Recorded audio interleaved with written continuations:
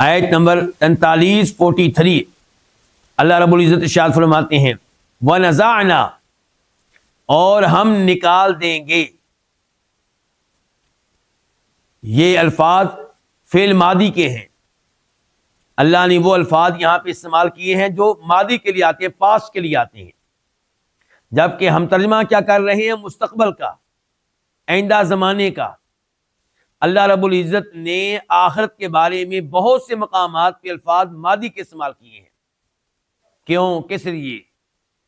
علماء تفسیر نے لکھا اللہ تعالیٰ واضح کرنا چاہتے ہیں کہ آخرت میں جو کچھ ہونا ہے وہ آپ لوگوں کو بتا دیا گیا، اور اس کا ہونا اتنا یقینی ہے جیسے آپ کو یقین ہے ان امور پہ جو ہو چکے.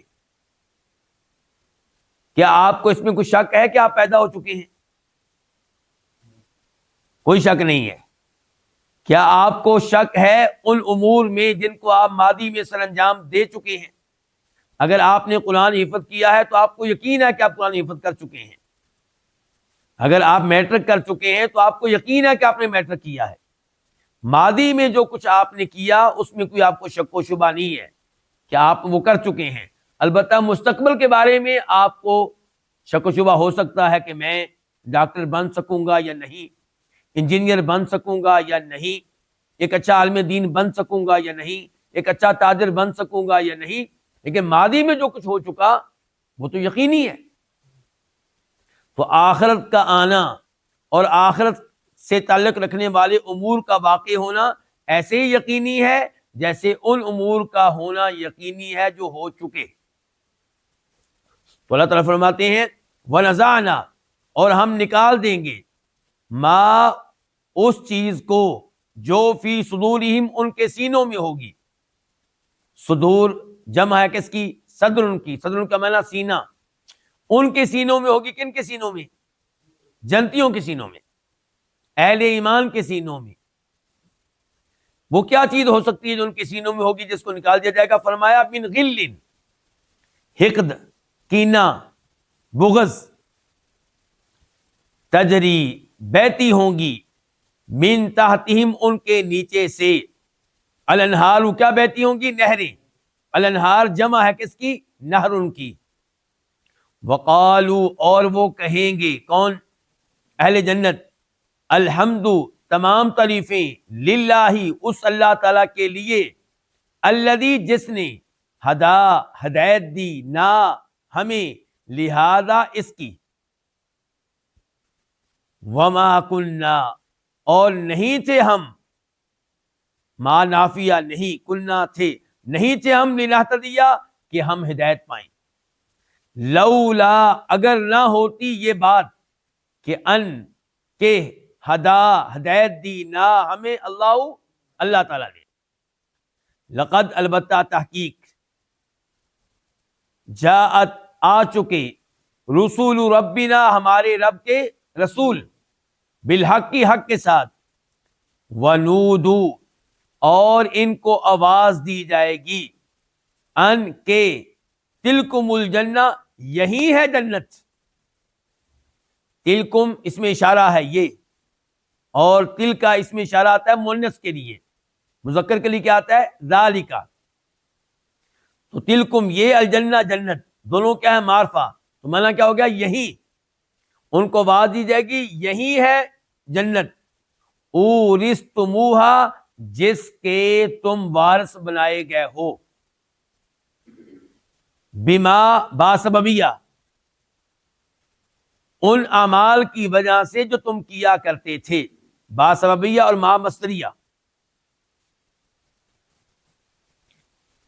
یہ تھی آیت نمبر 43.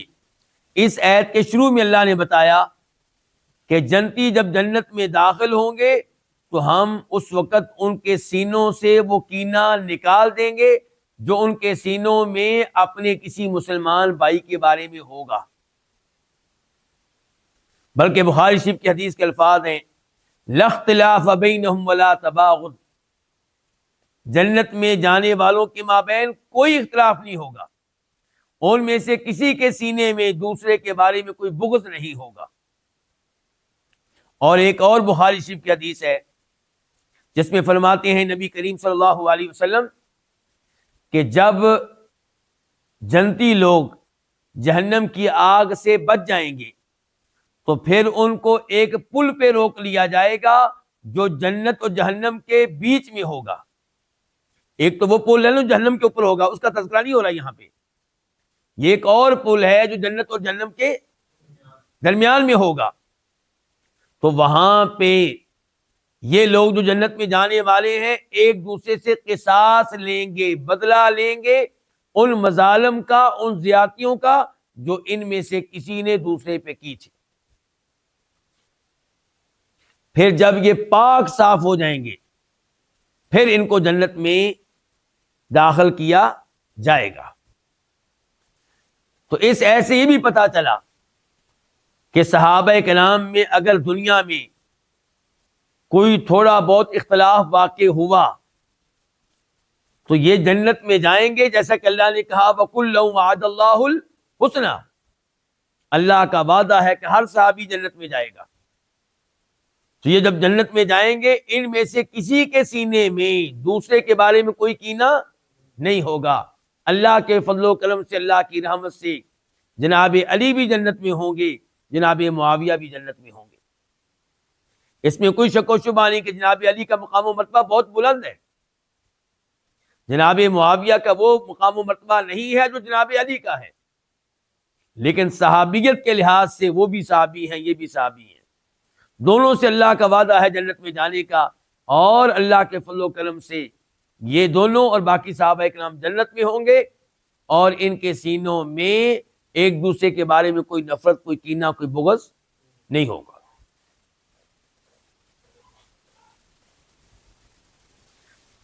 اس سے یہ بھی پتا چلا کہ دنیا میں بھی ہر مسلمان کو کوشش کرنی چاہیے کہ اس کا سینہ دوسرے مسلمانوں کے معاملے میں پاک اور صاف ہو. دوسرے مسلمان کے بارے میں آپ کے دل میں، سینے میں کینہ نہیں ہونا چاہیے، ورنہ وہ حدیث ہم سب کو معلوم ہے کہ سوموار کے دن جمعرات کو اللہ رب العزت مومن بندوں کے ساتھ رحمت کا معاملہ فرماتے ہیں، لیکن وہ جن کے دلوں میں ایک دوسرے کے بارے میں کینہ ہو، بغض ہو، ان کے معاملے کو اللہ تعالیٰ لیٹ کر دیتے ہیں کہ ان کے سینوں سے کینہ نکل جائے، بغض نکل جائے. تو مسلمان بھائی کے بارے میں سینے میں کینہ اور بغض نہیں ہونا چاہیے. اگر آپ کے کسی بھائی نے کبھی آپ کے ساتھ زیادتی کی ہے، آپ ایک دن ناراض رہے، 2 دن ناراض رہے، 3 دن ناراض رہے، اس کے بعد اس غصے کو تھوک دیں، اس غصے کو نکال دیں، اور کوشش کریں کہ آپ کے دل میں اس کے بارے میں اچھے خیالات ہوں، آپ کے دل میں اس کے لیے محبت ہو. وقالوا الحمد للہ الذی ہدانا لہذا، یہ جنتی لوگ روز قیامت اعلان کر رہے ہوں گے کہ تمام تعریفیں اس اللہ کی جس نے ہمیں ہدایت دی، جس نے ہمیں ایمان لانے کی توفیق دی، جس نے ہمیں اعمال صالحہ بجا لانے کی توفیق دی، نمازیں پڑھنے کی توفیق دی، تلاوت کرنے کی توفیق دی، قرآن کو سمجھنے کی توفیق دی، کبیرہ گناہوں سے بچنے کی توفیق دی، صراط مستقیم پہ لگایا، توحید کے راستے پہ لگایا، شرک و بدعات سے بچایا، اور آج ہم جنت میں داخل ہو چکے ہیں. وہ اللہ اگر ہمیں ہدایت نہ دیتا تو ہم کبھی بھی ہدایت حاصل نہ کر پاتے. تو یہ ہدایت میرے اوپر، آپ کے اوپر اللہ کا بہت بڑا انعام ہے. کفار کے سامنے کبھی بھی احساس کمتری کا شکار نہ ہو، آپ اس سے کہیں بہتر ہیں. اللہ نے آپ کو توحید پہ لگا دیا، قرآن پہ ایمان لانے کی توفیق دی، اس سے بڑی نعمت کیا ہوگی؟ دنیاوی ترقی یہ عارضی چیزیں ہیں، دنیاوی مال یہ عارضی چیزیں ہیں. اصل بات یہ ہے کہ آپ جنت کے راستے پہ لگے ہوئے ہوں، اور جنت کے راستے پہ وہی لگ سکتا ہے جس کو اللہ لگائے. اس لیے جب کبھی ہم نماز پڑھیں، تلاوت کریں، تو اللہ کا شکر ادا کریں. اللہ پہ احسان نہ کریں، بلکہ اللہ کا شکر ادا کریں کہ یا اللہ تیرا شکر ہے کہ تو نے آج مجھے تلاوت کرنے کی توفیق دی، آج صدقہ کرنے کی توفیق دی، آج 5 وقت کی نمازیں جماعت کے ساتھ پڑھنے کی توفیق دی. یہ جنتی کہیں گے کہ اللہ نے ہمارے پاس رسول بھیجے اور وہ حق لے کر آئے تھے. اور پھر اس آیت کے آخر میں کہا گیا کہ ان لوگوں کو آواز دی جائے گی اور کہا جائے گا کہ یہی ہے وہ جنت جس کا تمہیں وارث بنایا گیا. کیوں وارث بنایا گیا؟ تمہارے اعمال کی وجہ سے. تو اس سے کیا پتا چلا کہ اعمال جنت کی قیمت ہے؟ بالکل بھی نہیں. ہمارے اعمال جتنی بھی ہم عبادات کر لیں جنت کی قیمت نہیں بن سکتے، بلکہ ہمارے اعمال ان نعمتوں کی قیمت نہیں بن سکتے جو اللہ نے پہلے سے ہمیں دے رکھی ہیں. تو پھر ہم اعمال کیوں کرتے ہیں؟ تاکہ ان کے ذریعے اللہ کی رحمت ہو جائے، اللہ کی رحمت کے حصول کا یہ اعمال سبب بن جائیں. تو اللہ تعالی ہمارے ان اعمال سے خوش ہو کے رحمت فرما دے اور ہمیں جنت میں جگہ دے دے. صحیح حدیث ہے، بخاری شریف کی حدیث ہے. فرماتے ہیں نبی علیہ الصلوۃ والسلام کہ تم میں سے کوئی بھی اپنے اعمال کے عوض میں جنت میں داخل نہیں ہو سکے گا. جو بھی جنت میں جائے گا اللہ کی رحمت سے جائے گا. صحابہ کرام نے کہا اللہ کے رسول علیہ الصلوۃ والسلام آپ بھی اپنے اعمال کی قیمت اور عوض کے طور پہ جنت میں نہیں جا سکیں گے؟ فرمایا میں بھی جنت میں تبھی جا سکوں گا جب اللہ تعالیٰ مجھے اپنی رحمت میں ڈھانک لے گا.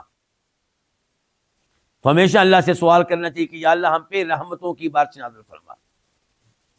اس لیے والدین کے لیے دعا بڑی عظیم دعا ہے، رب ارحمہما کما ربیانی صغیرا. اے اللہ میرے والدین پہ رحمت فرما، زندہ ہیں تب بھی، فوت ہو چکے ہیں تب بھی. اور نماز جنازہ میں میت کے لیے کیا دعا کی جاتی ہے؟ اللہم اغفر لہ وارحمہ. اے اللہ اس کے گناہ بخش دے اور اس پہ رحمت فرما.